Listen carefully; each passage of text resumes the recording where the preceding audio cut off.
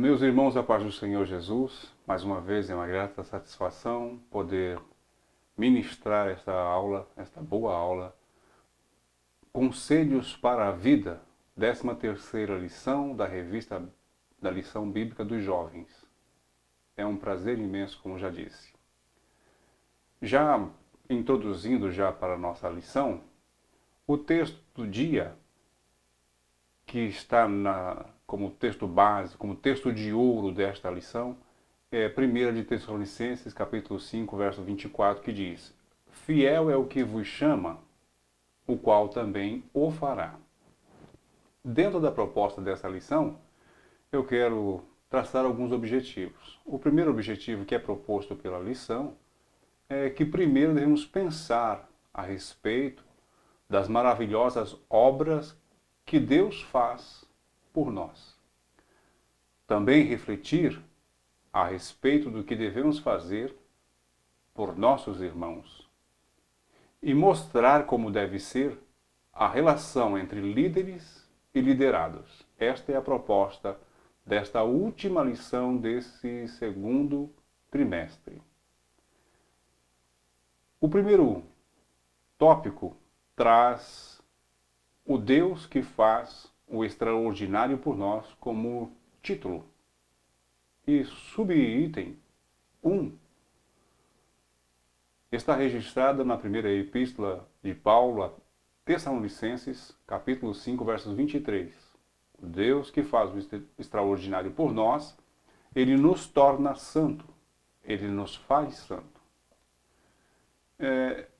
Algumas palavras, no decorrer dos anos, ao longo do tempo, foram perdendo o seu significado original, fazendo com que seja difícil entender o que se quer dizer quando as escutamos.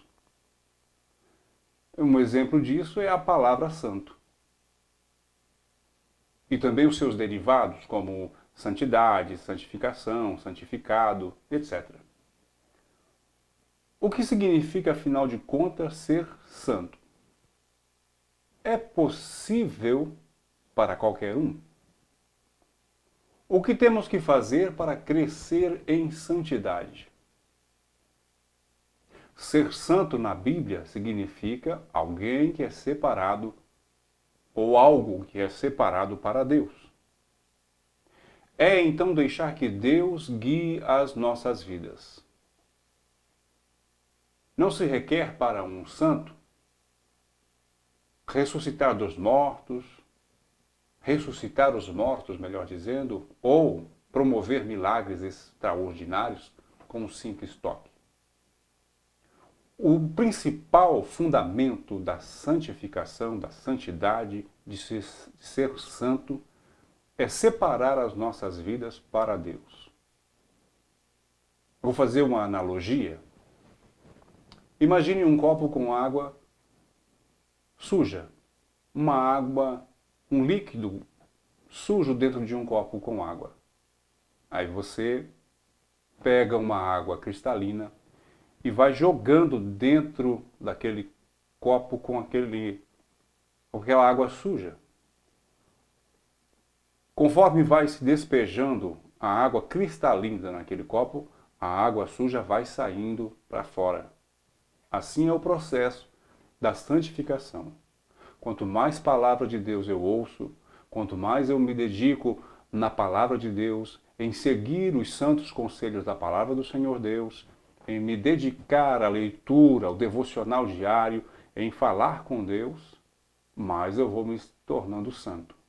Isso é ser santo. Somente por uma vida centrada na palavra de Deus é que podemos alcançar este processo, a santificação. O Salmo 119, verso 9, ele diz uma pergunta que não se cala ao longo da história. De que maneira poderá o jovem guardar puro o seu caminho? A pergunta também é respondida no mesmo versículo.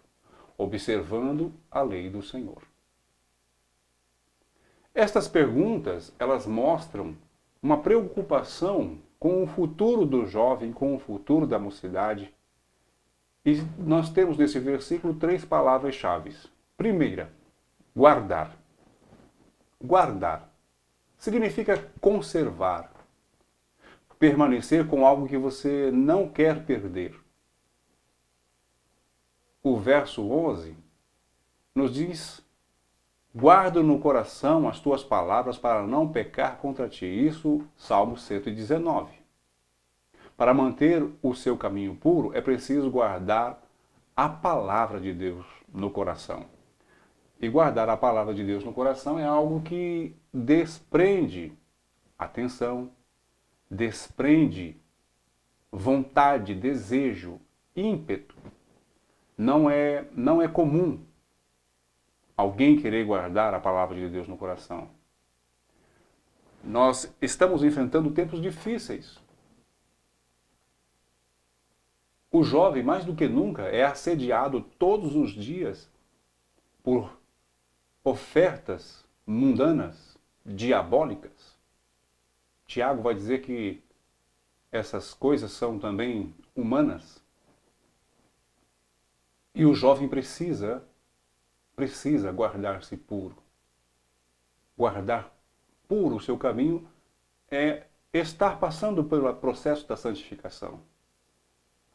A santificação, como já disse, é um processo que a cada dia vai se esmerando, vai negando-se a si mesmo, porque a santificação é uma autonegação, tomando a sua cruz a cada dia e seguindo sempre ao Senhor Jesus.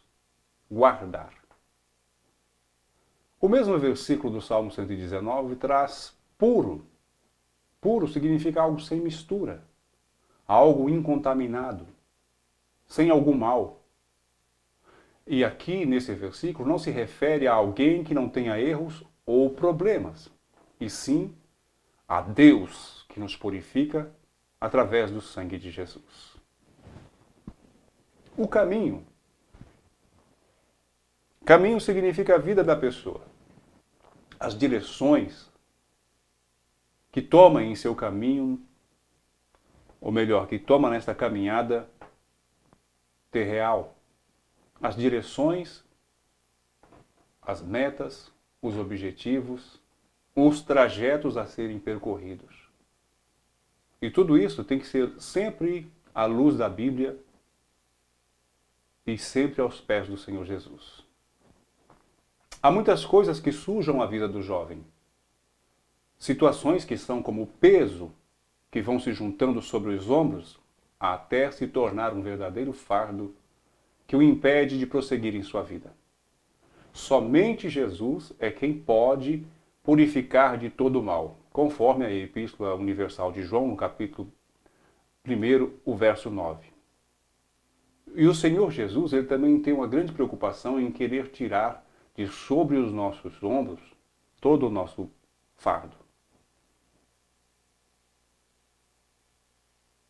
Observando esses versículos que falam sobre santidade, falam sobre purificar o jovem, o seu caminho, eu me recordo do Salmo 1. E naquele Salmo, de número 1, eu quero até ler para vocês aqui, Salmo de número 1, para que fique mais incrustada a palavra do Senhor Deus. Bem-aventurado é o varão, que não anda segundo o conselho dos ímpios, nem se detém no caminho dos pecadores, e nem se assenta na roda dos escarnecedores. Antes tem o seu prazer na lei do Senhor, e na sua lei medita de dia e de noite. 4 atitudes eu vejo nesses versículos para se manter puro, para o jovem manter puro o seu caminho. Não andar segundo o conselho dos ímpios, não se deter no caminho dos pecadores, não se assentar na roda dos escarnecedores e ter prazer na lei do Senhor. E nesta lei, meditar dia e de noite. Quando fala de lei, quando a palavra se refere à lei, se refere a toda a Bíblia, a todo o livro sagrado. Portanto, é indiscutível que precisamos manter a nossa pureza espiritual diante de Deus.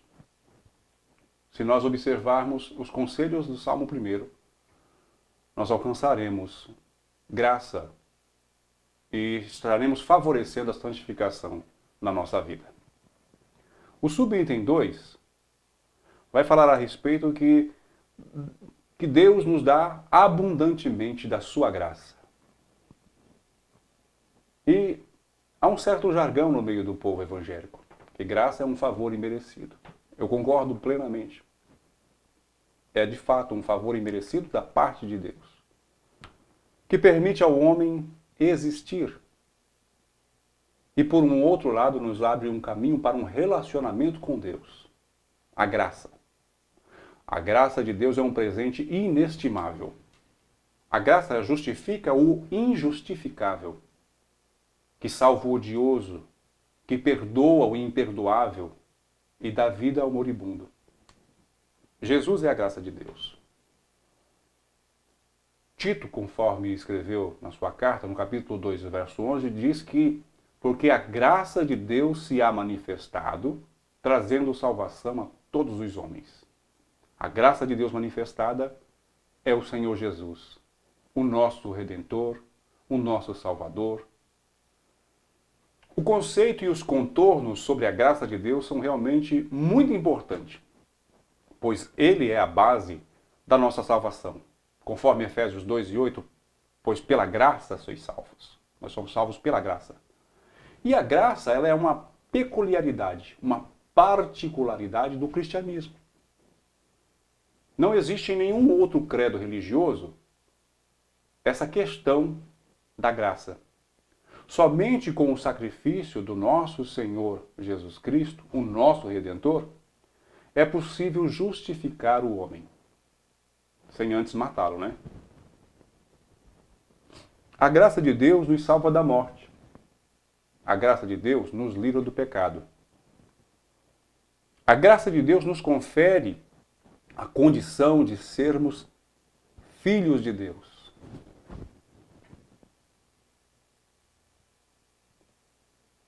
Se nós bem pensarmos, nós não necessitamos de mais nada senão da graça de Deus. Conforme Coríntios 12, 2 de Coríntios 12:9. Paulo recebe esta exortação da parte de Deus. A minha graça te basta, Paulo. A graça. O dom de Deus, o favor imerecido. O presente mais magnífico que Deus nos deu, a sua graça. A suficiência de Cristo na nossa vida, ela passa pela compreensão da relação da graça dele, Deus, na nossa história. Diante de tudo o que o Senhor tem feito por nós, fica difícil compreendermos a manifestação do Pai em nossa vida mediante a sua graça. Nós já fomos libertos do pecado pelo poder da graça.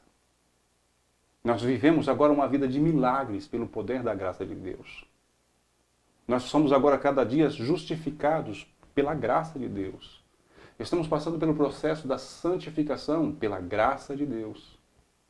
Vamos alcançar a glorificação pela graça de Deus. Tudo é por graça. Tudo é pela graça. O subitem 3, do nosso primeiro tópico, diz que Deus permanece conosco para sempre, conforme 2 de Tessalonicenses, capítulo 3, verso 16.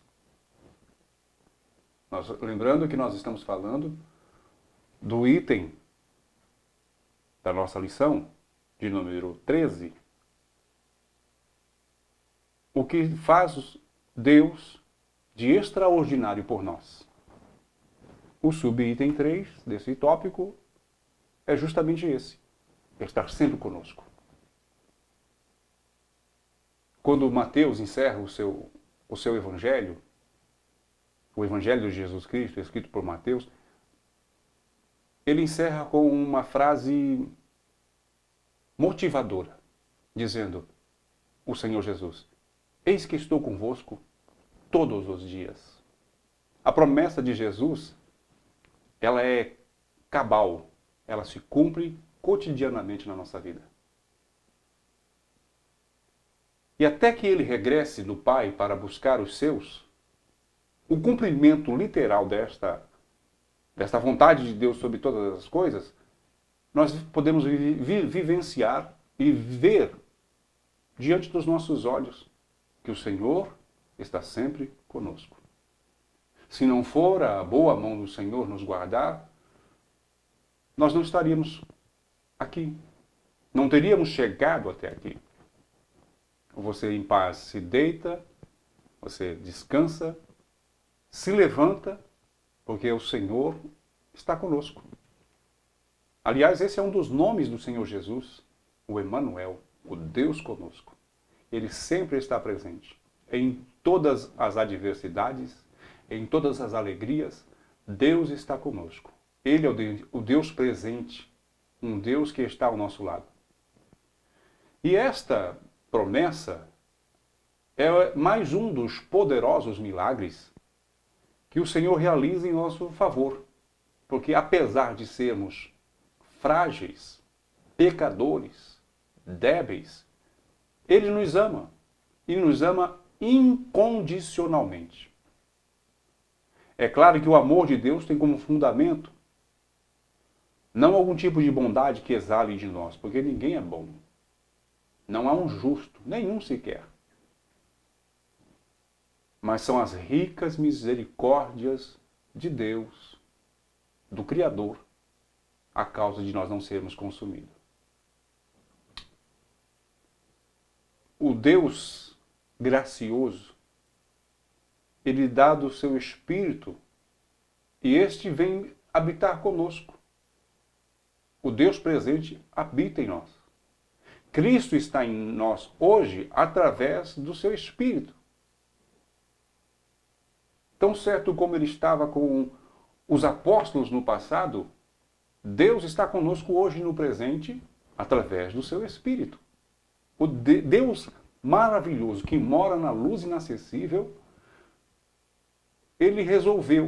Deus, resolveu vir morar em mim, vir morar em nós.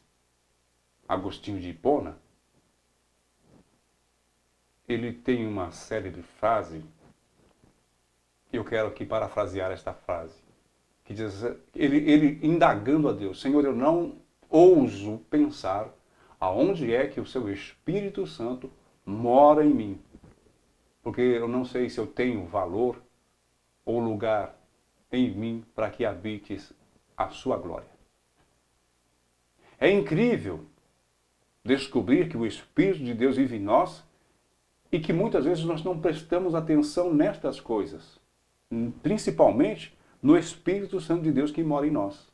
Nós temos esse péssimo hábito de não prestar atenção no Espírito Santo que está conosco. Mas Deus prova o seu amor para conosco, em que Cristo morreu por nós, sendo nós ainda pecadores, conforme Romanos 5 e 8. É este sublime, maravilhoso, grandioso Deus que permanece sempre conosco. Ele está sempre conosco. Ainda que eu me torne infiel, Ele, todavia, permanece fiel. Ele só não vai estar mais comigo se eu o negá-lo, se eu não o quiser. Mas enquanto eu o amo, enquanto eu o quero perto de mim, Ele está sempre ao meu redor, para me guiar, para me guardar, para me fortalecer, para me animar, para me consolar, para me dar vida e vida com abundância.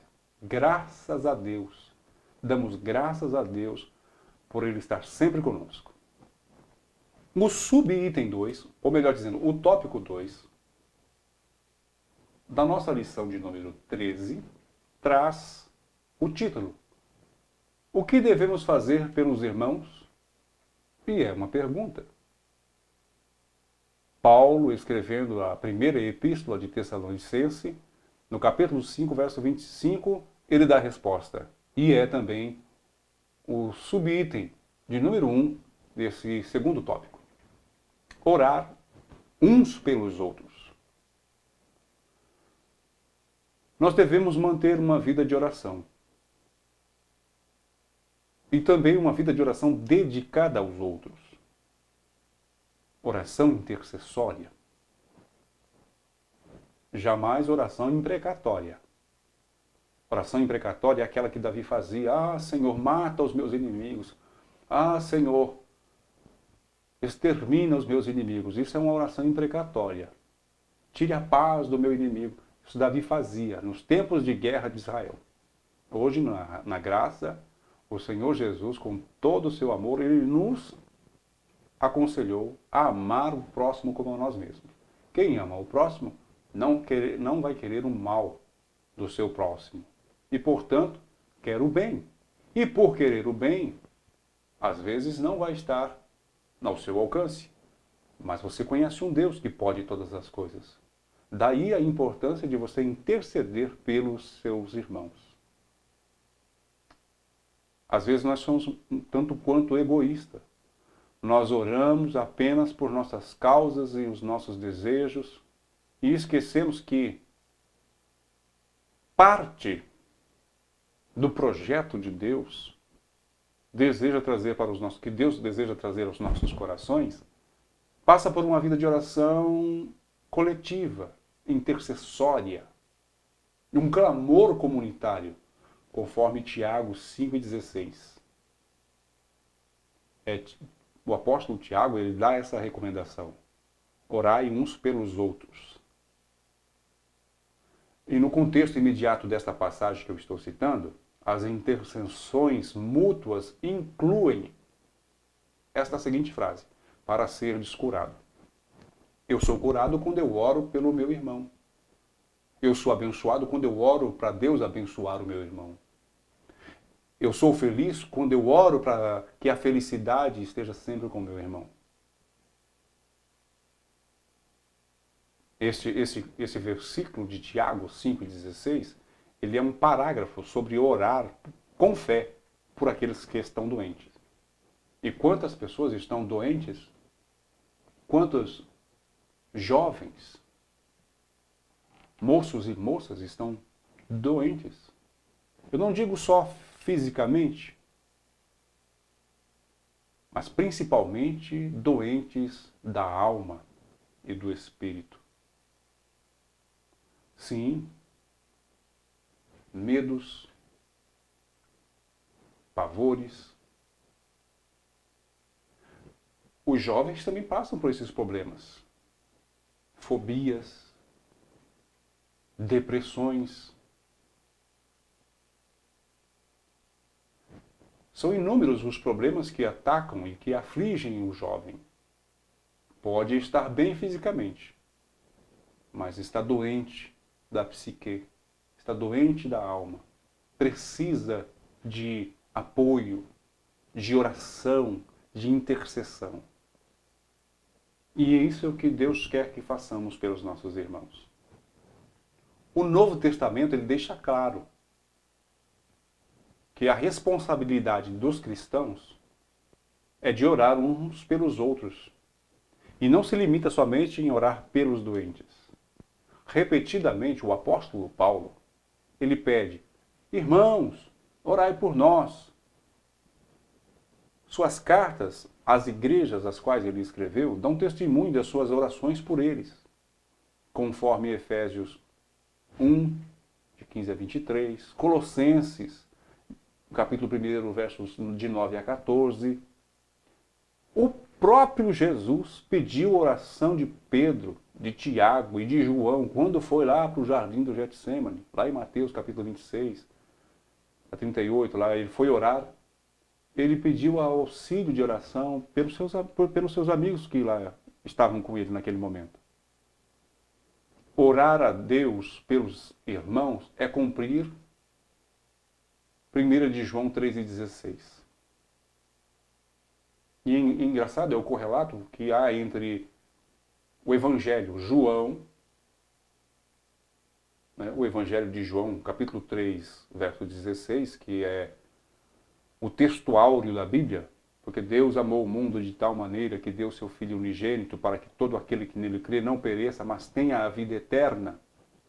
esse é o texto áureo da Bíblia, eu creio que todo jovem sabe isso de cor, há um correlato muito maravilhoso, muito lindo, quando eu vou para a primeira epístola de João, no capítulo 1, capítulo 3, melhor dizendo, verso 16. João explicita de forma bem alegre: nisto conhecemos o que é o amor. Jesus Cristo deu a sua vida por nós e nós devemos dar a nossa vida pelos nossos irmãos. É o cumprimento do amor de João 3,16. Quando nós amamos o nosso semelhante, os nossos irmãos, nós oramos por eles. E a Bíblia, ela é categórica em afirmar que nós também devemos orar pelos nossos inimigos, orar por aqueles que nos perseguem. Você tem feito isso? Tem orado por aqueles que te perseguem? Por aqueles que te causam dolo? Que te causam mal? É recomendação da palavra de Deus. E como bom servo, como servo fiel, como aquele que está buscando a santificação e se esforçando para ter uma vida piedosa diante de Deus, orar pelos irmãos é um dever. O subitem 2, deste tópico 2, nos diz que colaborar para a construção de um ambiente de acolhimento e amor. O que devemos fazer pelos irmãos é a questão. O subitem 2, colaborar para a construção de um ambiente de acolhimento e amor. Eu vou trocar essa palavra colaborar para cooperar. Porque tem duas palavrinhas no original, no grego, que se traduzem por cooperação, por colaboração, que é koinonia, de koinos. Quer dizer comum. Essa palavra, ela expressa aquilo que é comum a duas ou mais pessoas. Koinonia é, portanto, comunhão, intimidade. Significa compartilhar, partilhar, participar de uma tarefa comum ou numa tarefa comum. Koinonia é isso. E a outra palavra, talvez você não tenha ainda ouvido ela tão frequente, é sunergon, que vem de ergon, trabalho. Essa palavra dá a conotação de trabalho ombro a ombro, de trabalho lado a lado, como camaradas de trabalho, como soldados valorosos, ombro a ombro, um comprometido com o bem-estar do outro, com a segurança física do outro. Verificamos assim que, enquanto a koinonia põe em evidência a solidariedade, o companheirismo, a união espiritual entre as pessoas que trabalham é sunergon, e realça e acentua o trabalho feito com colaboração e fraternidade. Então, quando eu me disponho a ser um colaborador para promover um ambiente de acolhimento, de carinho, de fraternidade entre os jovens, entre os irmãos, entre a comunidade em que eu estou inserido, entre o meio social que eu faço parte, eu cumpro a lei de Deus. No meio dos jovens, no meio da igreja, no meio do conjunto da mocidade, no meio social que nós estamos inseridos, não pode haver partidarismo. Não pode haver secção. Não pode haver aquelas famosas panelinhas. Nós precisamos nos atentar para isso. Às vezes nós nos agradamos mais do fulano ou da fulana, ou do A e do B, e esquecemos que existem outras pessoas que fazem parte também do mesmo organismo que nós, vão morar no céu conosco e nós fazemos exceção. Não pode. Precisamos trabalhar para promover a união entre os irmãos, para promover a fraternidade, o companheirismo, a amizade. porque isso agrada a Deus. Isto é colaborar. É inserir, não excluir. É trazer para dentro, não lançar fora. Precisamos entender isso. O terceiro subitem desse tópico 2 traz fazer notória as verdades de Deus, que usa como texto base na primeira epístola de Tessalonicenses, capítulo 5, verso 27, e na segunda epístola, capítulo 3, o verso 17. As verdades de Deus não é um quebra-cabeça. As verdades do nosso Senhor, elas não são difíceis. São simples. As verdades são simples. Não tem segredo. Eu não preciso estudar física quântica, nem tampouco fazer uma faculdade para poder descobrir quais são as verdades de Deus. O Evangelho é a verdade. Cristo, nosso maior presente, é a verdade. O amor, a justiça, o juízo também é uma verdade. Tudo isso que eu falei são básicos, e são universais, e são grandiosos. Se você tem conhecimento, faça notório, faça conhecido. Porque esta foi a proposta que Deus investiu em você. Te tirou do mundo, tirou você de lá, de um lamaçal, num tremendal, num charco de lodo. Deus não teve vergonha de enfiar a sua mão santa lá onde você estava. Tirou você de lá, firmou seus pés sobre uma rocha, colocou um novo cântico nos seus lábios, um hino de louvor ao nosso Deus. Firmou os nossos pés. Nos colocou assentado nas regiões celestiais, assentado entre os príncipes do seu reino. Ele investiu e continua investindo em nós. Para quê? Para que nós sejamos testemunhas das verdades absolutas de Deus. Fomos chamados do mundo, separados do mundo, transformados pelo poder de Deus, pelo poder da palavra, da verdade de Deus, pelo poder do Evangelho. E agora somos outra vez enviados para o mundo. Para quê? Para que o mundo veja Deus em nós. Pode o mundo ver Cristo em você? Pode o mundo ver Cristo nas suas ações? Essas são as verdades de Deus. Você revelando Deus aos homens. E por fim, o subitem 3. Ou melhor dizendo, o tópico 3. Como o seu líder se despedirá de você? O subitem 1 desse tópico, ele é uma pergunta. Agradecendo a Deus por o fim de um período turbulento? Alguns líderes não veem a hora do ano, do trimestre, do semestre, do congresso terminar para depois entregar os seus cargos. Pois, infelizmente, os liderados não cooperam e ainda faz muita crítica. Se você é líder,